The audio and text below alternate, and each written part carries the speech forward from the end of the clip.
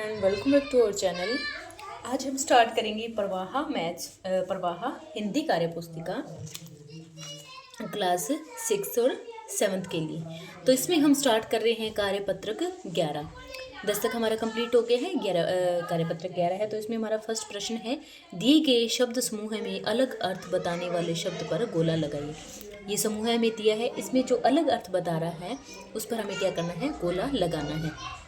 दिन, दार, रात, दिवस। तो ये दिन वार, रात, दिवस।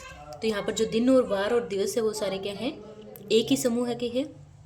जो ये क्या है, सेम अर्थ दे रहे हैं, और ये क्या है, यहाँ पर अलग अर्थ दे रहा है, भिन्न शब्द है ये। तो रात पे गोला लगाएंगे। आग, अनल, अग्नि, मशाल। तो आग के सारे नाम क्या है, अनल भी है, अग्नि भी है, मशाल यहाँ पर अलग है, तो इस पर गोला लगाएंगे।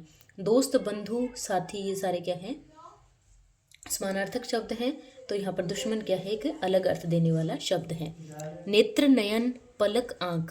तो नेत्र को ही नयन बोलते हैं, नयन को आँख भी बोलते हैं। तो पलक यहाँ पर क्या है, अलग शब्द है, तो उस पर हम क्या करेंगे, गोला लगाएंगे। पवन, वायु, हवा, तूफान।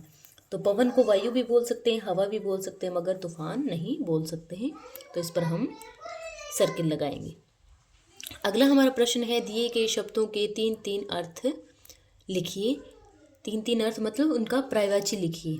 ठीक है, जैसे ग्रह को क्या बोल सकते हैं, ग्रह को हम घर, आल्य, निवासी बोल सकते हैं। तो धरा को क्या क्या बोल सकते हैं, धरा को धरती, पृथ्वी और भू भी बोल सकते हैं। खग को क्या बोल सकते हैं, खग क्या होते हैं, पक्षी होते हैं। तो पक्षी को क्या बोल सकते हैं, पंछी भी बोल सकते हैं, खग भी बोल सकते हैं, नभजर भी बोल सकते हैं। बादल को क्या बोलेंगे, मेघ बोल सकते हैं, घन बोल सकते हैं और जलद भी बोल सकते हैं। पानी को क्या क्या बोल सकते हैं, नीर, जल और तोय। ठीक है, ये हम इसको बोल सकते हैं। दिए गए तीसरा प्रश्न है हमारा, दिए गए शब्द युग्म की सहायता से वाक्यों को पूरा कीजिए। तो हमें शब्द युग्म दिए हैं, इनसे हमें वाक्यों को क्या करना है, पूरा करना है। जैसे बगीचे में तरह तरह के फूल खिले थे। क्या खिले थे, तरह तरह के। शहर में ऊंची ऊंची इमारतें हैं। कैसी इमारतें हैं, ऊंची ऊंची इमारतें हैं। बछड़ा गाय के पीछे पीछे चलने लगा। तुम्हारी कक्षा सुबह सुबह लगेगी। नेहा लोरी सुनते सुनते सो गई। ठीक है, तो ये हमारा तीसरा प्रश्न था। और अब हमारा चौथा प्रश्न है, देखिए,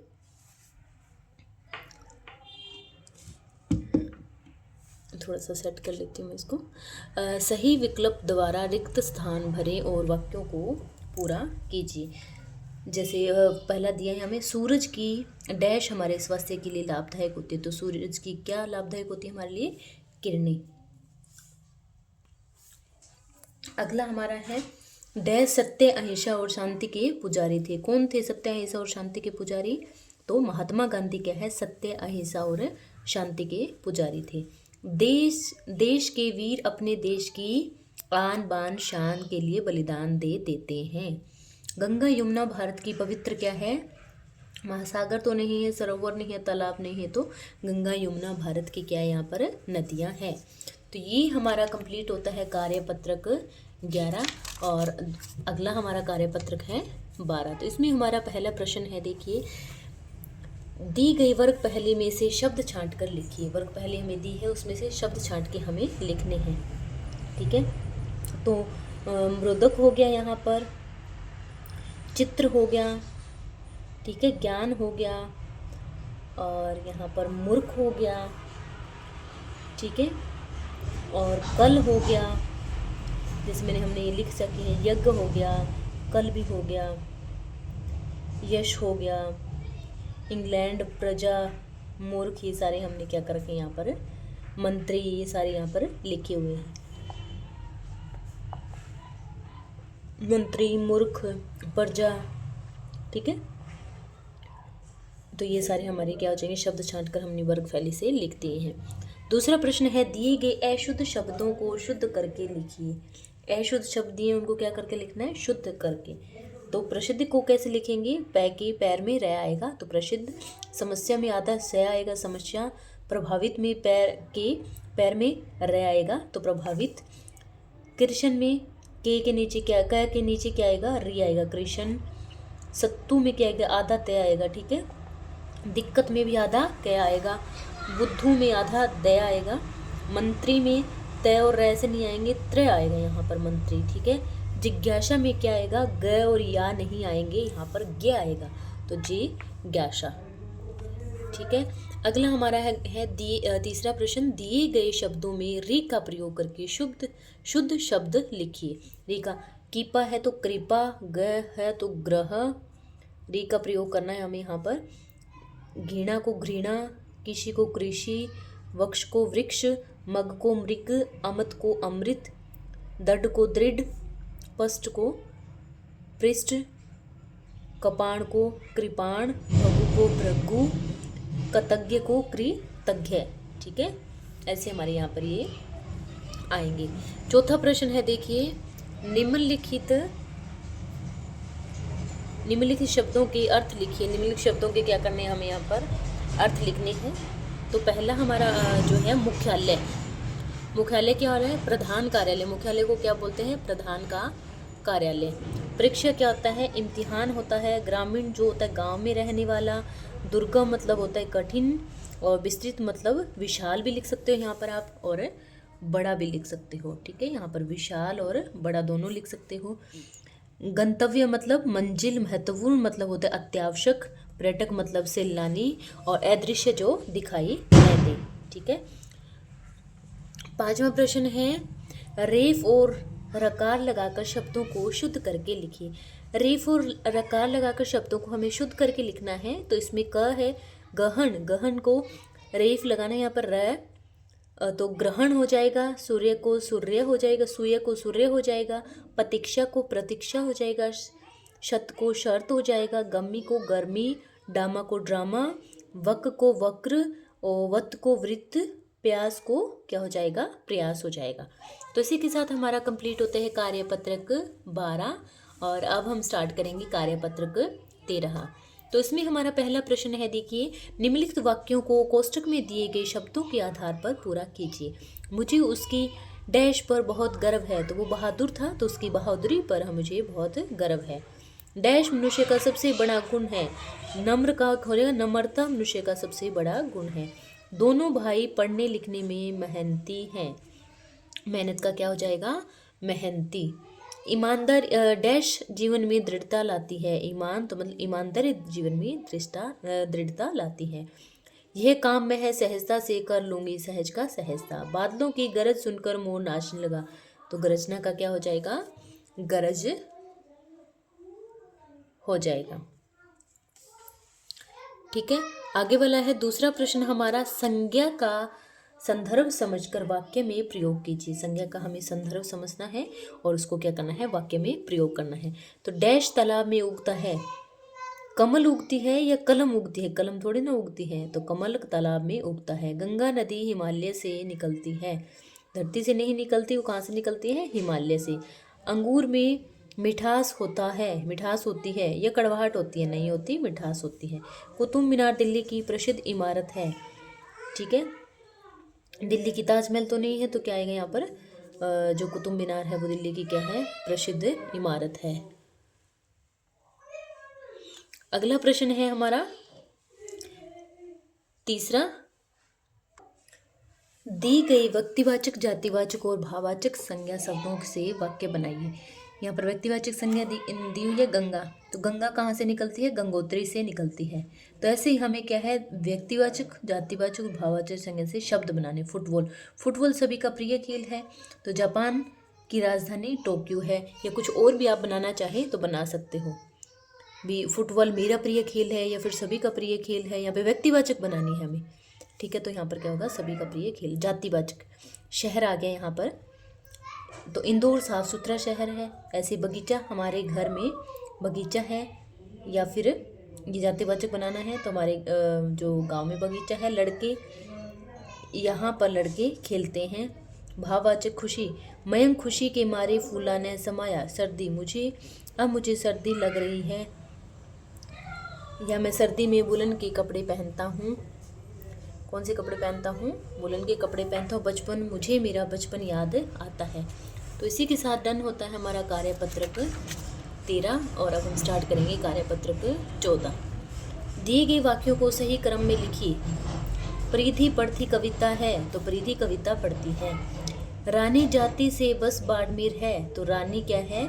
बस से बाड़मेर जाती है। रेलगाड़ी सुहाना का सफ़र होता है। रेलगाड़ी का सफ़र क्या होता है? सुहाना होता है। मैं बहुत अनाज गड़साना है होता तो गड़साना में बहुत अनाज होता है। अंशी जून को 29 जन्म दिवस है मनाती तो अंशी क्या है? 29 जून को जन्म दिवस मनाती है। ठीक है। दूसरा प्रश्न है, नीचे दिए वाक्यों में स्थिति समझकर उसके बाद होने वाली संभावित घटना से मिलान कीजिए। ठीक है, संभावित घटना से मिलान करें। पुष्पा स्वस्थता को अपनाती है तो मतलब वह स्वस्थ रहती है। ताराचंद विद्यालय बहुत कम आता है मतलब वह क्या करता है? अनुत्तीर्ण रहता है, स्कूल में प्रेजेंट नहीं रहता। ममता अपनी बच्ची को घर पर भी पढ़ाती है बिकॉज वह पढ़ने में होशियार है। राजा प्रजा को बिना वजह दंडित करता है तो जनता क्या है? तख्ता पलट करेगी। चैत्र महीना चल रहा है, बैसाख महीना आने वाला है। चैत्र के बाद क्या आता है? बैसाख। अनूप के पैर में चोट लग गई, अस्पताल जाना क्या है? जरूरी है। ये हमारा दूसरा प्रश्न था और अब हमारा तीसरा प्रश्न है। देखिए,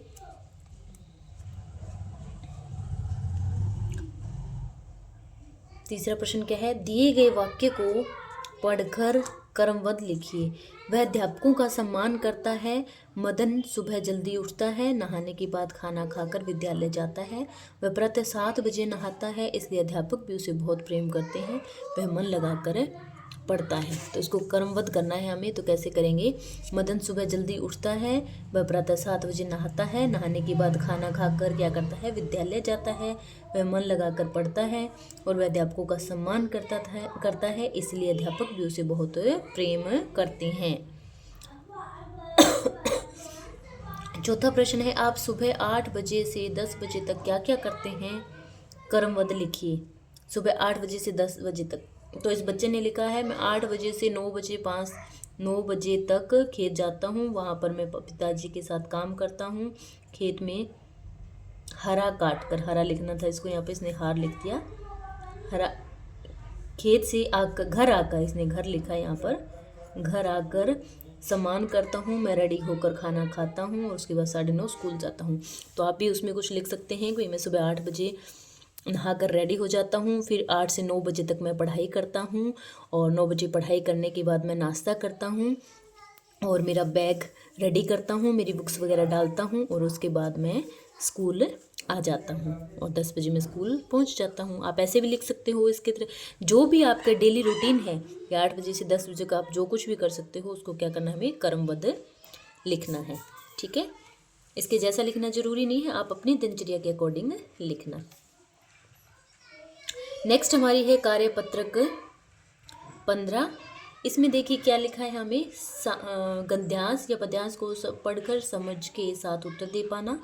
ठीक है, निष्कर्ष निकालना। ठीक है, ये चीज़ हमें निष्कर्ष इसमें निकालेंगे या उत्तर देंगे जो भी गद्यांश हमें दिया है। देखिए, सांबा नगर में एक बुद्धिमान व्यक्ति रहता था, उसका नाम श्याम सुंदर था। उसी नगर में एक शरारती बंदर रहता था। वह नगर के लोगों को तंग करता था, कभी उनका कोई सामान ले जाता था तो कभी बर्तन, खाना, कपड़े आदि। सभी लोग उससे परेशान हो गए थे। एक दिन श्याम सुंदर ने बंदर को लालच देकर पकड़ लिया और जंगल में छोड़ा। उसके बाद सभी आराम से रहने लगे। तो हमें ऊपर दी हुई कहानी के हिसाब से प्रश्नों के उत्तर देने हैं।